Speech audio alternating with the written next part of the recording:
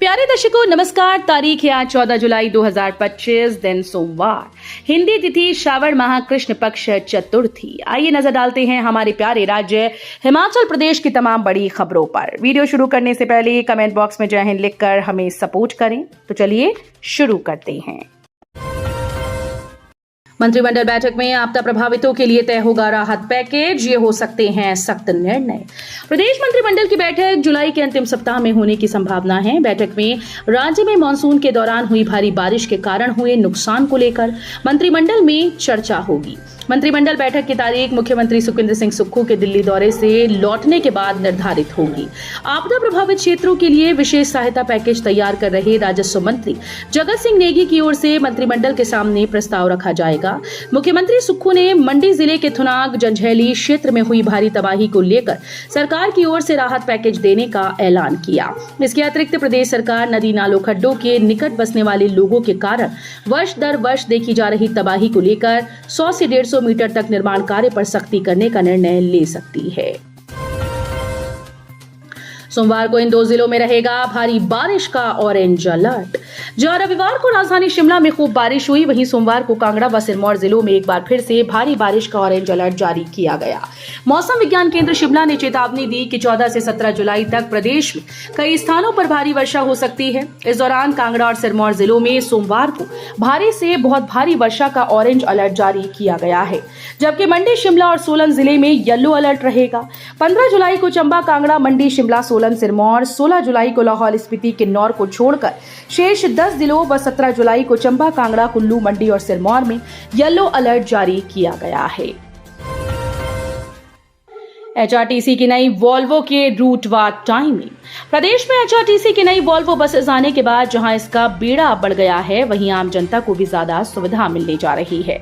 सरकार ने नई वॉल्वो के रूट निर्धारित कर दिए हैं, जिसके बाद वॉल्वो बसेस की नई टाइमिंग भी जारी हो गई। एचआरटीसी के पास वॉल्वो बसेस की कुल संख्या करीब 98 हो गई है, जिसमें कुछ बसेस पुरानी हो चुकी हैं। ऐसी 10 बसेस को अब बदल दिया गया, जिसके बाद फिलहाल एचआरटीसी के पास कुल बस रूट 40 से ऊपर के हैं। इनमें नई वॉल्वो बसेस भी शामिल हैं, जिनके रूट पर अब बसेस को चलाना शुरू किया जा रहा है। एचआरटीसी ने चंबा से शिमला के लिए पहली बार वॉल्वो बस सेवा प्रदान की। ये काफी लंबा रूट बताया जाता है, जिस पर लोगों को सुविधा मिलेगी। इसके साथ नाहन से भी वॉल्वो बस शुरू की जा रही है। तंबाकू के सेवन से युवाओं के खराब हो रहे हैं दांत, कैंसर का खतरा, 98% रोगियों में पुरुष शामिल।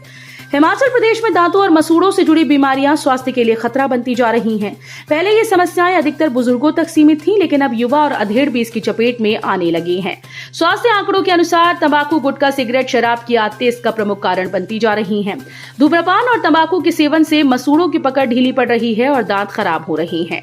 राजकीय दंत चिकित्सा महाविद्यालय और अस्पताल शिमला में स्थापित टोबैको केयर सेंटर में 6 महीने में 538 लोग उपचार के लिए आए, जिनमें दांत, धूम्रपान और तंबाकू से खराब हुए हैं।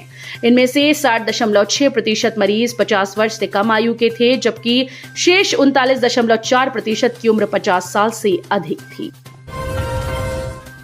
पर्यटन कारोबार को पटरी पर लाने के लिए होटल्स में 20 से 50% तक छूट, जानिए विस्तार से।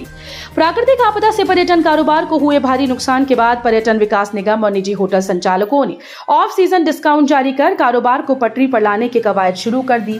बरसात के मौसम में सैलानियों को आकर्षित करने के लिए पर्यटन विकास निगम ने जहां 20 से 40% छूट जारी की, वहीं निजी होटल संचालकों ने 30 से 50% तक छूट का ऐलान कर दिया है।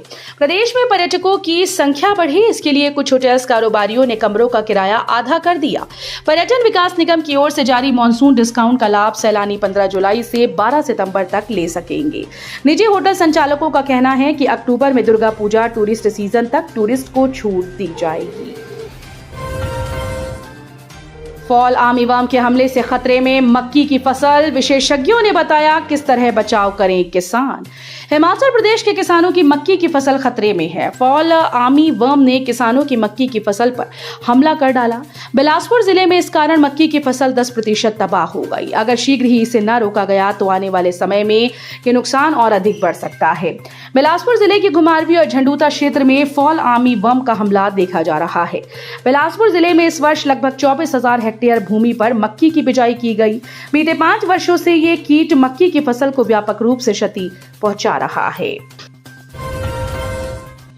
हिमाचल के मंत्री ने एनएचएआई के विरुद्ध खोला मोर्चा, 700 शिकायतों का दावा, सबको निःशुल्क कानूनी सहायता देंगे। ग्रामीण विकास और पंचायती राज मंत्री अनिरुद्ध सिंह ने उन सभी पीड़ितों को कानूनी सहायता प्रदान करने की घोषणा की जो भारतीय राष्ट्रीय राजमार्ग प्राधिकरण की अनियमितताओं के खिलाफ लड़ रहे हैं, जिससे उनके जानमाल का नुकसान हुआ। मंत्री गत दिनों एनएचएआई के अधिकारी से विवाद के कारण भी चर्चा में रहे।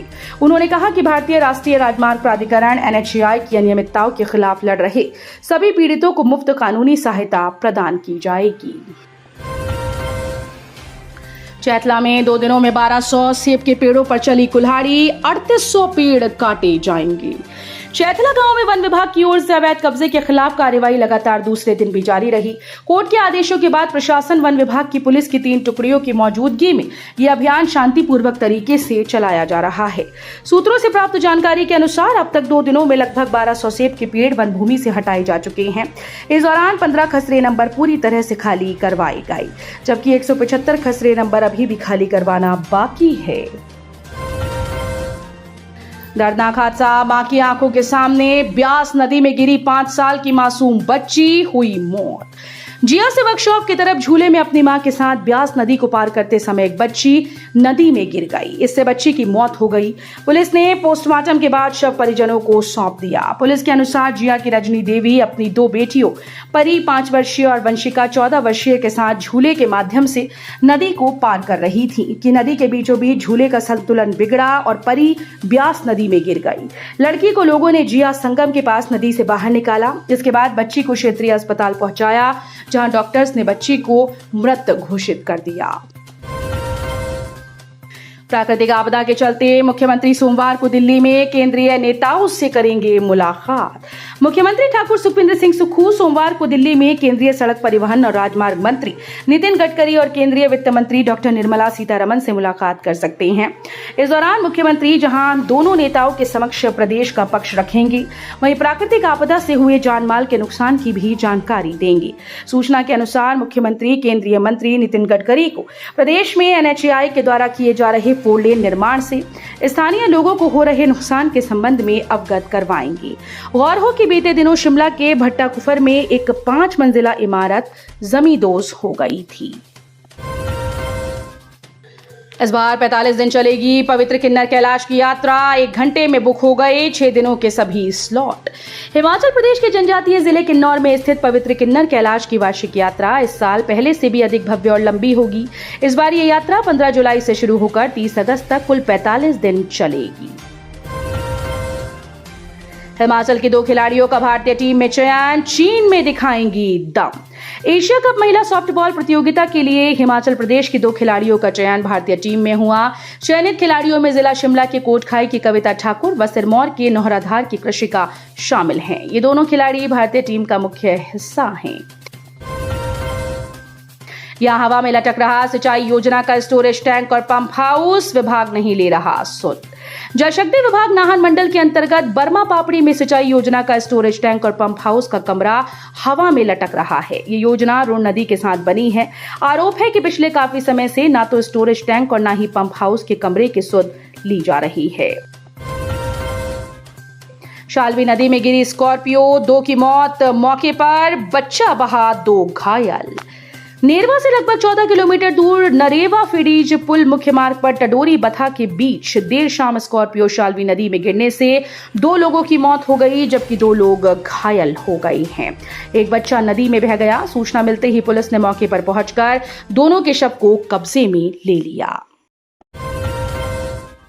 तो ये थी आज की फटाफट खबरें। हम मिलेंगे अगले बुलेटिन में, तब तक के लिए धन्यवाद। जय हिंद।